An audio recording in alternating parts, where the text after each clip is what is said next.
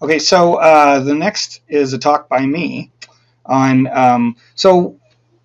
Yeah, I'm not. I'm just going to move forward so we can get this started, but and we can discuss afterward. But we're planning to develop a national work group to look at some of these issues, and I'm going to explain that in this talk.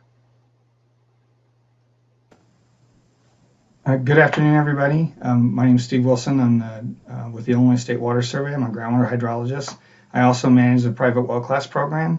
And today I want to talk to you about a national work group to support outreach and education of private well owners. I apologize in advance. There's a lot of text on these slides. So I broke a few rules for good slide presentations, but this work group is an important part of our program, or will be, as well as for some of you.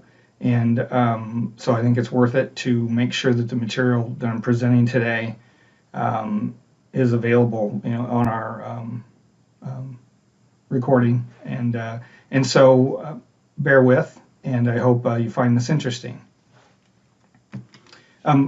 This is a slide from 2018. Dr. Kelsey Piper set up a workshop with a lot of the extension folks around the country that are doing private well work in Raleigh, North Carolina. And I was invited, and so was Dwayne Friend from Illinois Extension. And so this is where we were in 2018. We wanted to have, I only had 5 slides and 5 minutes to talk at this workshop. It was more about networking. And so what we proposed then and already had in mind was a work group of like-minded professionals who see the value of partnering and sharing information, providing a consistent message. Extension is great at that. They already do those sorts of things quite a bit. And so it's really, it's a great venue, and they're out working in the field and working with well owners every day. So also this group would be a place to vet materials that come out so we can pick the best ones. We've tried to do that ourselves with our private well class program. We have a list of 10 or 12 documents that go with each of our lessons that we feel are kind of the best of, if you will. And but that also goes along with improving those that need it. In some cases, there isn't a single great document on a given topic. And what you find out there is that every county health department, every state extension, every lab, even drillers and others, groundwater professionals, may have a fact sheet. And I use the example here of arsenic. We need one that's consistent and everybody can use around the country, that has the facts, it's been vetted, all those sorts of things. It also is meant to be a group where you could vet or have a network of contacts in place, so that when we deal with well owners around the country, we're kind of unique in that respect, in that we have a national program. So I get calls from all over, and I already have a network of folks that I rely on. When a call comes in from a certain state, I know who to call there that can help those folks. And it comes down to, we need to help people at a local level, and then also help new programs that are trying to get off the ground, providing advice, materials. For our private well program, we give out any of our slide decks and presentations. People can use our webinars and videos. We get asked about that all the time, and it's all about providing that stuff and getting it in the hands of the people that need it. And again, I wanted to caveat this as this is a slide from 2018. We actually started talking about this in 2016, and it's taken a while to come around. So the problem we have, and the reason we need a group like this, is that well owners represent every demographic. What I mean by that, they're rich, they're poor, they're educated, uneducated, they're urban, they're rural.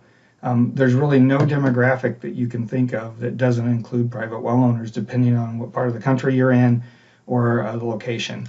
And I know we give a presentation every year about outreach to well owners, and one of the things I show is where I grew up, on a farm in a very rural area of central Illinois, where there's only 2 homes in a given section, a mile square. And you contrast that with Cook County, which is Chicago, the Chicago area along the lake. There are 3,000 private wells in Cook County, which no one believes until I show them the data, because it's completely urban. Even all the counties around Cook County are completely urban, and yet here we are with 3,000 private wells. So you have to reach them in different ways. Clearly, those folks are different, have different values, different beliefs. Rural areas are different in a lot of cases. So reaching them is difficult at best. And a lot of times when we really have an opportunity to do outreach to well owners, it's because of fear, disaster, alarmist media, and that's one of the best ways we have to get well owners engaged. So we need to take advantage of those opportunities as well. And well owners, many, and especially any of you who've worked in the field with well owners, understand many are not equipped to take care of their wells. They don't understand their wells. I've got a million stories about well owners who didn't realize they even had a well. And so they rely on professionals in many cases and the material we provide them. And so making that consistent is really a necessary thing. And what that leads to is that support for well owners can vary from great, if there's a champion in that local area who really cares about well owners and is out there to try to do what's best, and has resources, to totally non-existent. And we can't deal with all 22 million, I'll guess, private wells in the country that way.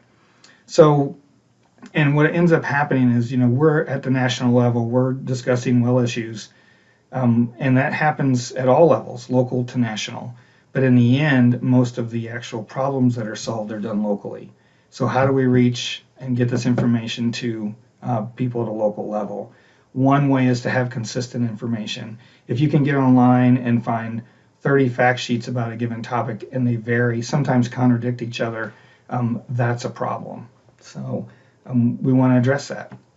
So here's what we see, and I'm not claiming to be the smartest guy related to private wells. I know there's people I rely on a lot that know a lot more than I do. But what we've seen, especially with our private well program going national in 2013, is that we see a lot of professionals who don't have adequate training.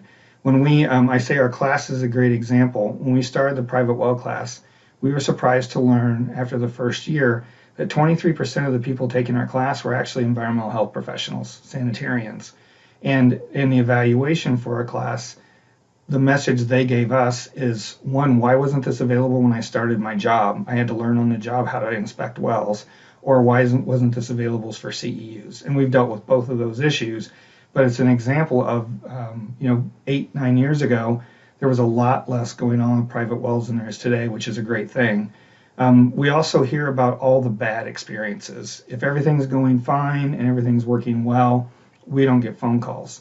But when there are problems or people get contradictory advice, a lot of times they're calling us or the Water Systems Council or somebody else, or their local health department, or their lab or extension to get that information. And I had two examples here, a contractor recommending a couple bleach a month. I was doing a well assessment in Northern Illinois, and the well owner said, well, my contractor said just pour a cup of bleach down the well every month and it'll be fine.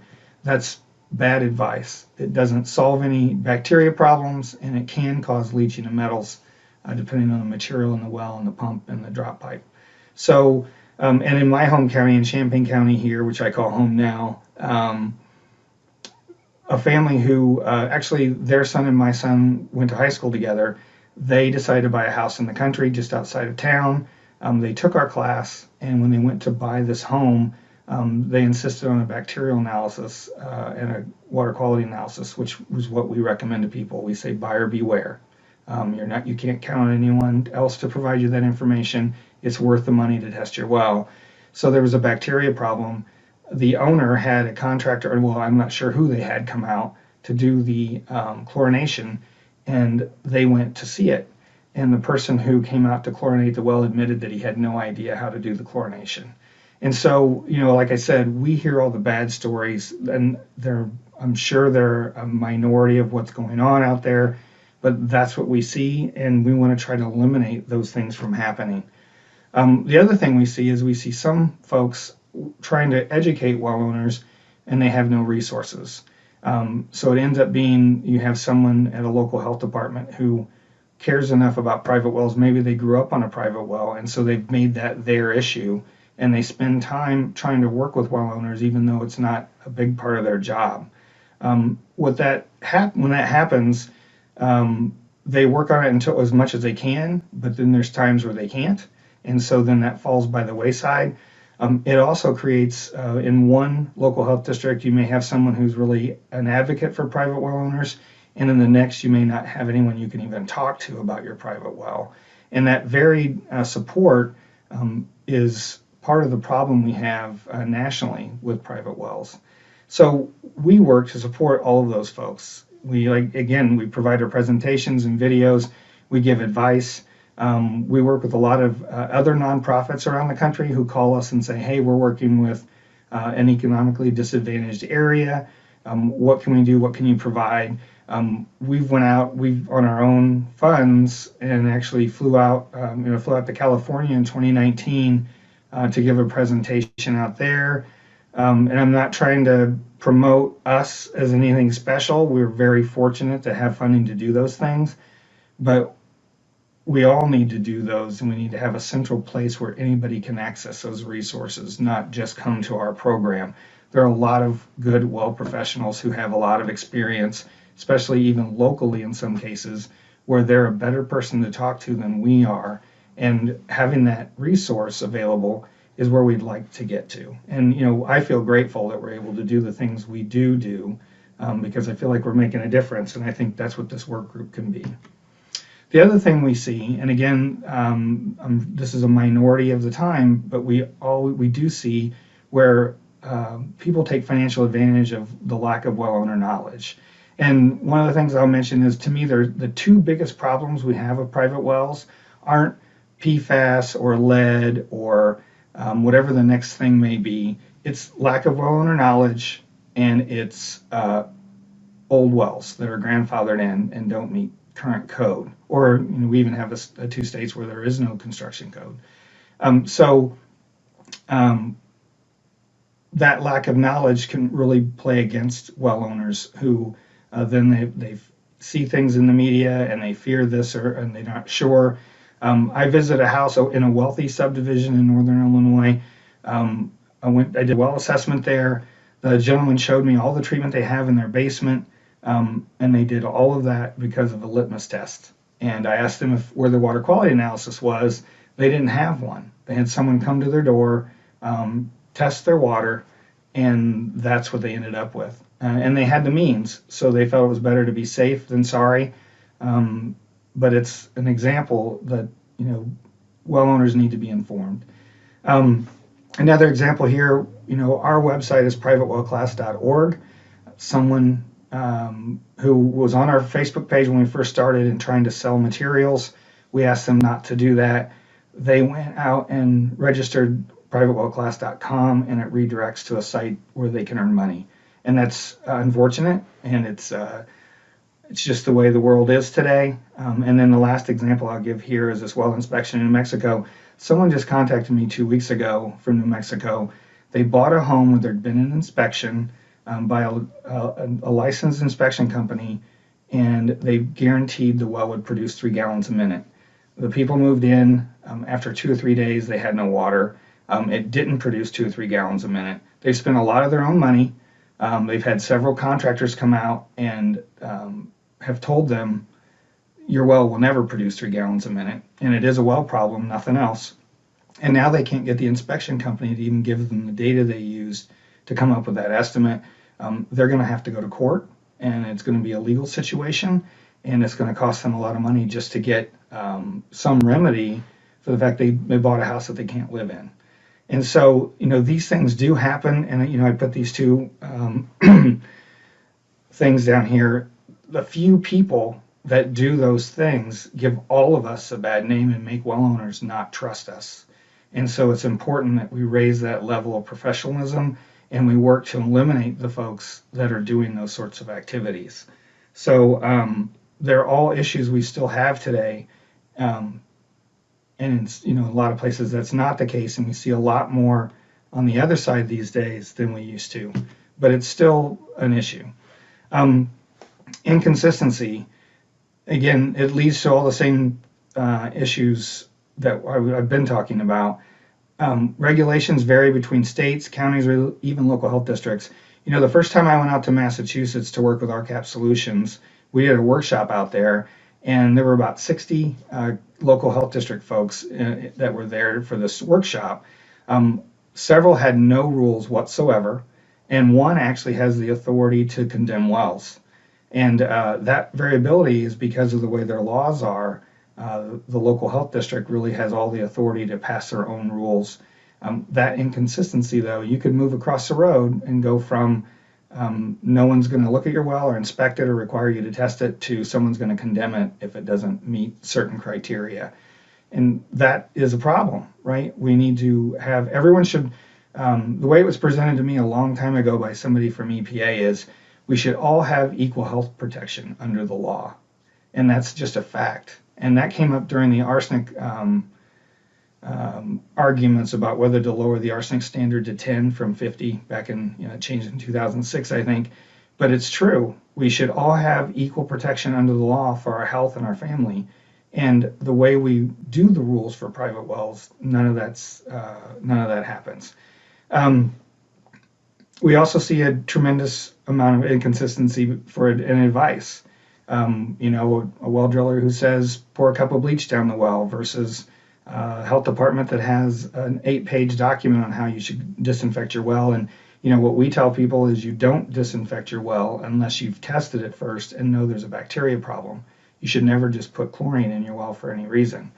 So there's a lot of differences, even in materials. I'm going to explain that in a minute. I'm going to talk about a paper Dr. Kelsey Piper just put out showing the variability in some of those things. And it really is an issue. So what causes all these things? Well, lack of experience. We've talked about that already. We have professionals who aren't necessarily trained on, maybe they're trained on well issues, but not public health. Maybe they're trained on groundwater issues, but not public health or drilling. Things that don't directly affect their day-to-day job, you don't use it, you lose it, right? And that's there aren't enough folks who actually see all pieces of that industry where they can really be experts in all of those things. And we also even see sometimes local advice can contradict each other.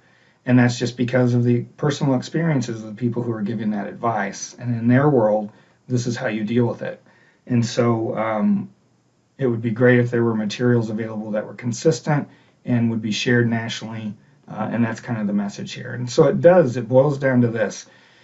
Information available to well owners at the local level is varied, it's incorrect sometimes, and depends on the experience of the people who are giving the advice, and that's very inconsistent. So what we wanted is for everyone on a private well to get equal access, advice, support, and have materials available if they're interested in that stuff. We also have the issue of well owners who could care less and don't want anybody on their property, and they think it's safe, and there's nothing we will be able to do about that. And the old adage, you can't lead a horse to water, really applies to well owners. It actually applied to my dad. I grew up in an old dug well that was only 14 feet deep.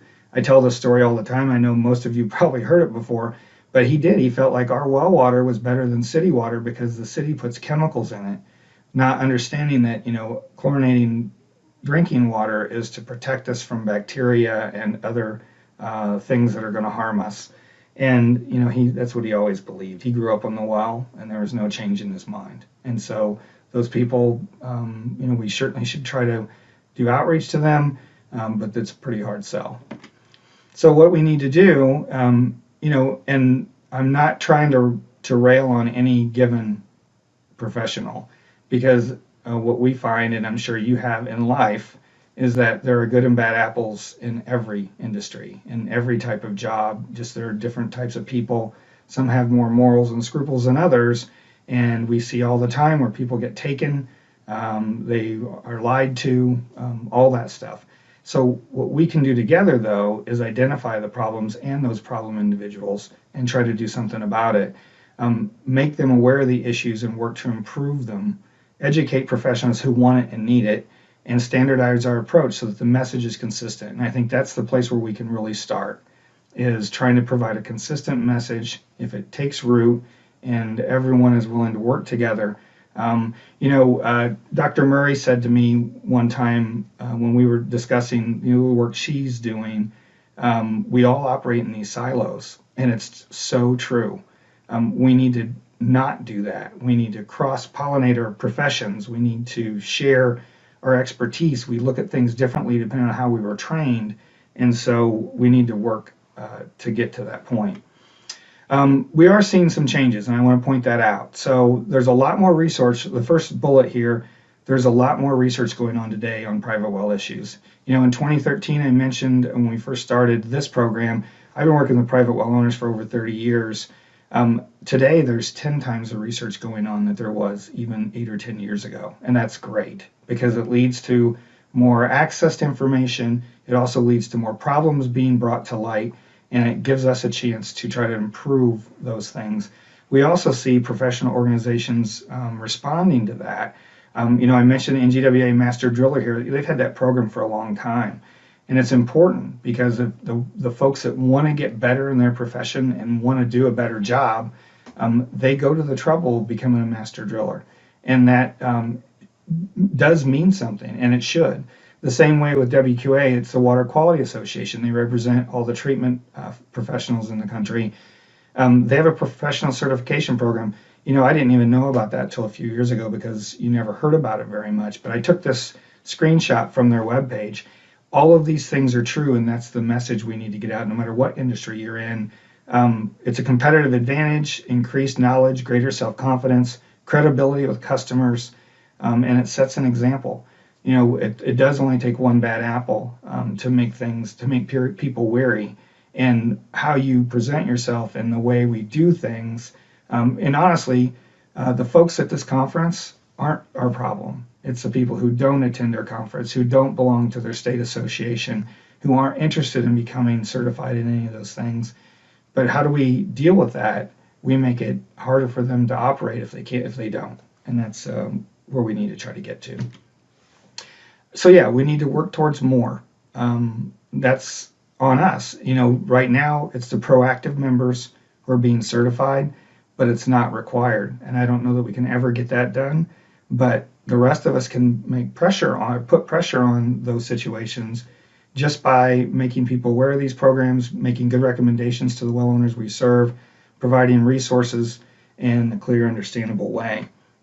And, we can't reach every professional, but we can create consistent messaging and reliable advice that we all agree to share consistently. And I think that's where we want to start. And eventually we can change that culture is the hope of that. So what our plan is to work together, and I mentioned this is on the 2018 slide, on best practices that make sense and are consistent, focus on common issues that are important and that everybody agrees need to be addressed. The folks working on this can have no personal or business agenda. The focus needs on being on helping well owners, not making a profit, not supporting a specific group that has an agenda. So if we start with a group of like-minded, experienced individuals, and I say experienced, I mean they've worked with well owners, they've been in the field, they've seen a lot of real situations that well owners have, and that all share this vision, that will get us started. And it's really for all areas of the private well industry, not just any specific group. And so we hope to have a number of people from different professions involved.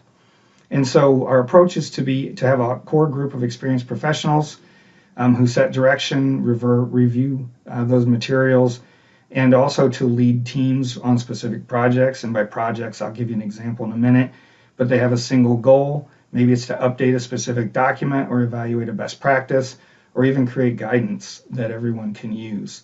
And if we vet that and market it, which we can help market, that's really where I think we come into play. My program is to market all this experience. Then we can make a difference and get that material out there. And each project would have a lead and who it's their work. And typically that's my hope is that someone who already is an expert in that particular issue. And that's the best way to get this stuff done. So I'm going to give you an example real quick, and I know I'm going to run short on time here. Coliform bacteria, big issue, right? Common advice is to shock chlorinate a well. Sometimes you do that once and it works and everything's fine. You can also use chlorine and shock chlorination when other bacteria are causing odor issues or nuisance issues. And there are a lot of guides out there, and I just put two up. The Minnesota Department of Health one on the left is the one that we recommend to well owners. And that's after we looked at 60 or 70 different documents out there. The one on the right is from Virginia Cooperative Extension, also a very good document. And I chose to highlight two that are on the good side, so to speak. Dr. Piper, I mentioned her earlier, Kelsey Piper. She's at Northeastern University. She published a paper recently. She's done a lot of work, Texas, Florida, Louisiana, where floodings occurred since 2017. And what they've seen is a lot of advice that's being given to the folks who've had flooded wells that's inconsistent. And so they did a study. They looked at 34 state level protocols, and they've identified 8 steps to correctly disinfecting the well after a flood. And most of those guidance documents only had 4 or 5 of those steps. And so she's calling for evidence-based protocols that are proven. And so she's been working with her grad students to actually do that. And so she's a perfect person to lead a work group on that type of issue. And I might have just skipped a slide. I'm going to check. No, I didn't. Okay. So, because there's other issues, coliform can be really complicated. It's not necessarily straightforward. You can have a significant problem with layers of bacteria and biofilm so that a single chlorination doesn't work. Now you're not sure what to do. Do I chlorinate again? That's one of the things we advise. Sometimes you have to do it 3 or 4 times if that's the issue. But it could also be a continuous source. Maybe it's a shallow well and there's a feedlot nearby, or there's a thin sand lens in the geology that lets water that's from the septic system side of your home get to the other side where your well is. It becomes all of a sudden you're unsure and you're unclear. We also know that chlorine is not a very effective disinfectant over a pH of 8. So, but no one recommends testing the water for a pH before you do a disinfection. So, and then there's even unusual situations like if you have a dead-end line on your system, if it's got bacteria in it, chlorinating and running water through it isn't going to help. Neither is if, say, you have a 600-foot well and there's 400 feet of water in it. If your pump's only set at 300 feet, there's 300 feet below the pump that may not get mixed well with chlorinated water when you do a disinfection. So our solution in this example is to ask Dr. Piper to lead a work group, and we're really trying to support the work she's already doing. We can provide additional experience, offer to review, share advice, maybe come up with new ideas. She picks the team she wants to do this. And for example, when her and I talked about this initially, she's like, well, I want people from CDC and US EPA to be involved. And that's fine, that's her choice. But the team that works with her need to have the same vision and same goals in mind. And the rest of us can ask questions, find places to test things, support her in other ways so that we know the work they've done is robust and complete. And then all of us volunteering can make a real difference. We have a product in the end that, it's her work, and we're all benefiting, and so are well owners all over the country. Okay, so there are many possible projects. I show this example. This is another one that I think needs to be addressed. What should well owners test for? You hear all these different, you get all these different lists from people about what you should test for. It's really varied, and I show Rhode Island for one reason. That splotch in the middle is beryllium, and I say this on all my webinars. You can't just use a standard list. You need to know what's locally a problem. I didn't realize beryllium was a regulated contaminant until I found this on the Rhode Island Health Department's website. But it is, it has health effects. And if you're in that area, you'd want to test for beryllium, but it's not something I would recommend to anybody else unless we know it's there. And you can only find that out by working with your local and state health departments. So there's a bunch of considerations for answering that question. It's meant to be another example. I'm going over my time, so I'm going to end it there. But think about this, email me, share your ideas, and thank you for your time.